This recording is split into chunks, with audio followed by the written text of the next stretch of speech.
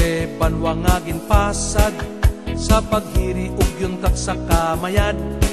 Ang katawhan mo nga dengganen nagakabuhi nga masinadyahen.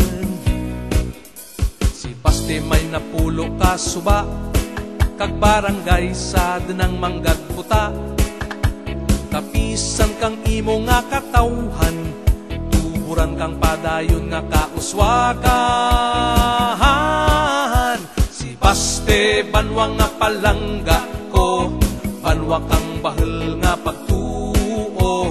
Sa gugma ni San Blas nagahugpong kag sa pagsapopo ni Padre Daberto. Si Baste banwa nga palangga ko, banwa kang bahel nga pagtuo. Imong kabataan kakamalaman handem, kabuhi nga may pagbag-o.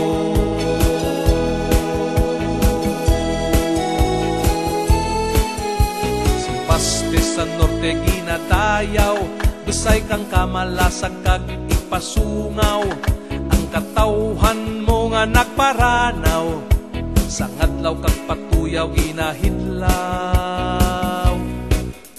Si Baste may kulturang bulawanen, sa kumpuso binalaybay manggaranen. Sa mga kabataan nagapadayon ang mga mapag-en mo nga tradisyon.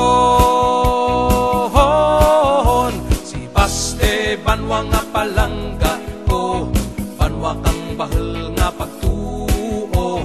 Sa gugma ni San Blas nagahugpong kag sa pagsapopo ni Padre Daberto. Si Baste banwa nga palangga ko, banwa kang bahel nga pagtuo. Imong kabataan kag kamalaman handem, kabuhi nga may pagpag-o.